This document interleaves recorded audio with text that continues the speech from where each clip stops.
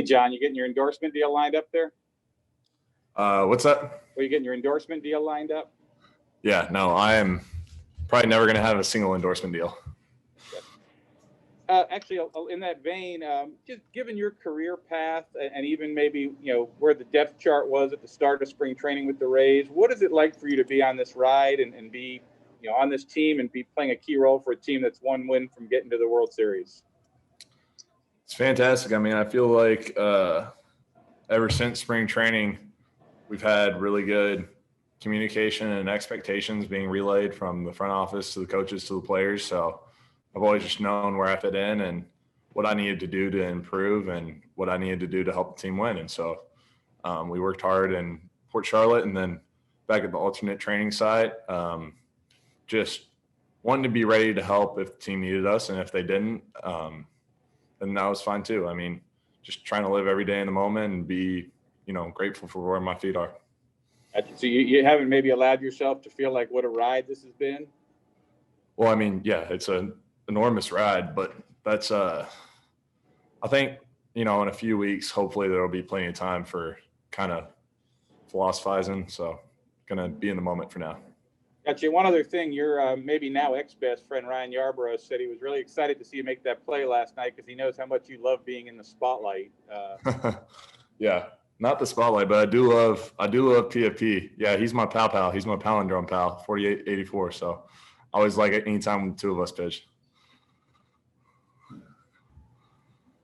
John, I mean, you kind of proved that pitchers are athletes, though, right? Like making one. There was never a question about that one.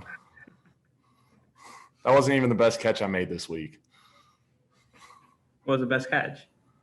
I robbed a ball in BP, kind of like KK did in Baltimore a few years ago, like over in that where the wall meets, in right center field. It was a way better catch than last night.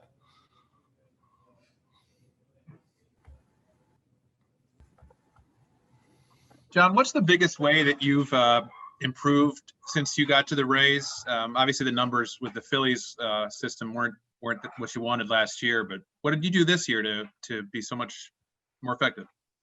Threw more strikes. I mean, they told me to throw more strikes, and I did. And also, I mean, it's been a gradual set of adjustments. I feel like I really cleaned up my delivery last offseason, or when I was released, unemployed, whatever you want to call it, with Skip Johnson in Oklahoma. And so when I came here, it was kind of the perfect marriage of my mechanics were a lot more repeatable and consistent. My delivery and my arm slot were a lot more kind of in tune than they've been in the past. So you combine having a more repeatable physical delivery with a mental approach that they gave me of, hey, your stuff's good, throw it in the box. And I mean, really, it's just a matter of getting strike one, getting strike two. There's never been a pitcher, as Stan always likes to say, our bullpen coach, never been a pitcher who's been better behind in the count. And there's never been a hitter who's better when he's behind in the count. So just really trying to exploit that count leverage matchup. Yeah. Did you have a lot of other teams you could have gone to, like a bunch of options, or no, just the Rays? No, I had one minor league contract offer. One minor league 8 months, yeah. I threw for, 15 teams, and I was throwing for teams all last September and October. I was supposed to go to a Dominican team last October. I set that up after I got released in July, and they told me right before the season started that I could come to like the Dominican minor league day season. I don't even know what it, yeah. And my roster spot evaporated from that. Literally nobody wanted me. So it was the Rays, and I'm grateful. I mean, obviously, so worked out. Right. What do the Rays do differently than the other organizations you've been around? What do they emphasize? A lot of simplicity. It's a lot of really just knowing what your strengths are and doing them as often as you can. And then also, I mean, it can't be understated how important Cash and Snides and Stan are. I mean, you've got a manager who puts guys in positions to succeed. The matrix that the front office comes up with, all their magic numbers, they put guys in positions to succeed. You've got a pitching coach who really doesn't talk about himself at all. He only cares about us. No ego, not a single ego on the entire team. And a bullpen coach who, I mean, how many years has Stan been here? A decade? How many times have you heard of the Rays having a bad bullpen? When you go down the list, the bullpen catchers are great. Our trainers are great. Our team's, kept stronger and healthier by the conditioning staff and trainers. Our staff is better. I mean, it's just a terrific environment where every single person, all 28 people on the roster, all the people on the taxi squad, all the staff, all the coaches, we're all pulling the same rope. Front office cares, they're personable. I mean, it's just a great organization. Hey, John, on that same end, you had probably your only tough outing of the year in game 1 of the ALDS, and they went right back to you, and you've been scoreless since.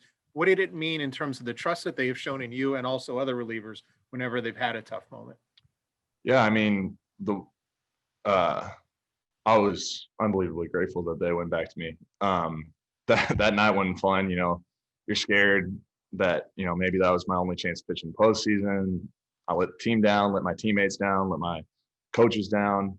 But then when they go back to you again, that was ancient history. When I left my hotel room the next morning to go to the field, the only thing I could worry about was being the best teammate I could, being the best player I could, trying to win today.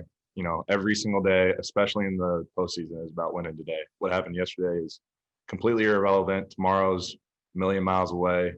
Just being where your feet are, being in the moment, being present. And I just can't express how grateful I am to the entire coaching staff and all my teammates. Thanks. Hey, John, John, you go ahead. mentioned that, sorry, Juan. John, you mentioned that you did a lot of work cleaning up your mechanics. I just noticed that your four-seamer became more of a true four-seamer sometime maybe in Anaheim or in Tampa. Was that just part of cleaning up the mechanics, or did you want to have more of a like sort of a true four-seamer? I think obviously you want more carry, but that wasn't a deliberate thing I set out to do. What I deliberately set out to do was be more on top of and behind the ball. I threw way too many pitches inside the ball, like those 2 mistake pitches I threw in that New York outing where they slipped up and arm side. If you look at my time in Minnesota, I had a lot of bad fastball misses up and arm side and down glove side that were timing, but really it was that, my hand was inside the ball. And in order to be behind the ball and stay through and have my weight directed towards the catcher, I needed to wait longer before I let my, front side explode. I was driving with my left shoulder instead of my back hip. And these are things I've known, but Skip Johnson, really helped me out a lot last from August, working with me all the way through January until I got signed. And then here, Stan, our bullpen coach, I'm telling you, these guys are really smart. He kept telling me, you got to let your left foot land before you explode. And so allowing the timing of your kind of body to catch up to your arm instead of vice versa has led to me being a lot more consistent, a lot more towards the plate. And then it's a matter of, minute degree, and you really can command the ball within the zone with mindset at that point. In the past, I felt like people like to say, my numbers were bad in Philadelphia AAA last year. Yeah, they were. But, I don't know how much of it was my shoulder was sore and my velo was down. But I do know for a fact that my mentality was the same last June as it was now. The difference is I have mechanics that allow me to compete hard.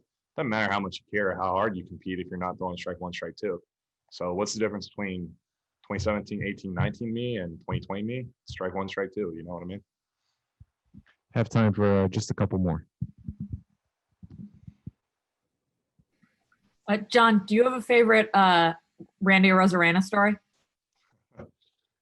Yeah, we are lucky. They've got the clubhouse set up, socially distanced and whatnot. And so we're in a little auxiliary clubhouse right now with it's Aaron Slegers and Pete Fairbanks and me and Ryan Thompson and Yoshi and Ryan Sheriff on the Texas squad and Nate Lowe and Randy and Shane McClanahan. So we have Randy with a bunch of pitchers.